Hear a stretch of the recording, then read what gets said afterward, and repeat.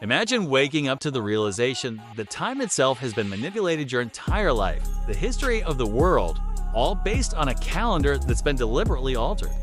What if I told you that the year isn't really 2025, but actually closer to 1700? You might think I'm crazy, but this is the premise of the phantom time hypothesis, one of the strangest and most mind-bending theories to ever challenge our understanding of history.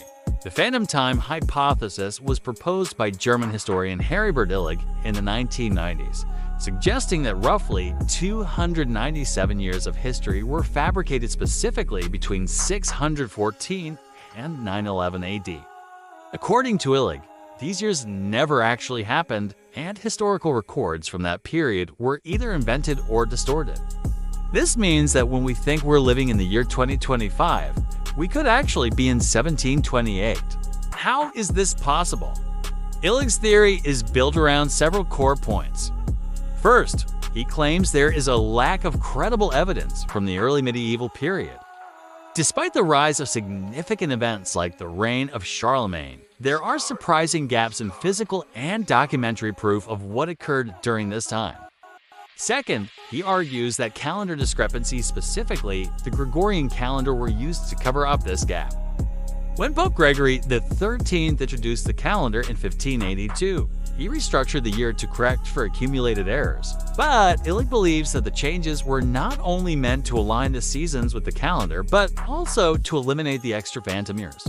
Illig also points to architectural and artistic anomalies, suggesting that the historical evidence we have from the 8th and 9th centuries may have been fabricated during the Renaissance. The Romanesque architecture and certain texts from that time may have been created as part of an effort to fill in the invented historical period. But why would anyone want to fabricate entire centuries of history? Illig speculates that it was all part of a political agenda. The Holy Roman Empire, led by Emperor Otto III, might have manipulated time to align with his reign and boost his legitimacy.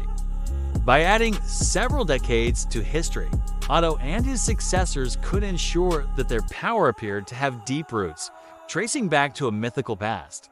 Now, we can't just throw away all the evidence from that time period, of course. Historians and scholars have pointed out that, while there may be some gaps in records, it doesn't necessarily mean the entire period was fabricated. Many argue that we have evidence in other forms, artifacts, written records, and later historical accounts that refute the idea of lost time.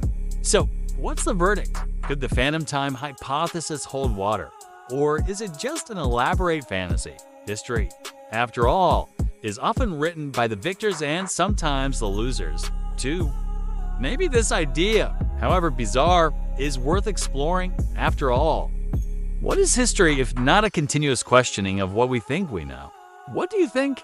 Could our entire perception of time be flawed? Is it possible that history as we know it has been distorted to serve hidden agendas? Let me know your thoughts in the comments below. Let's dig into the mystery together.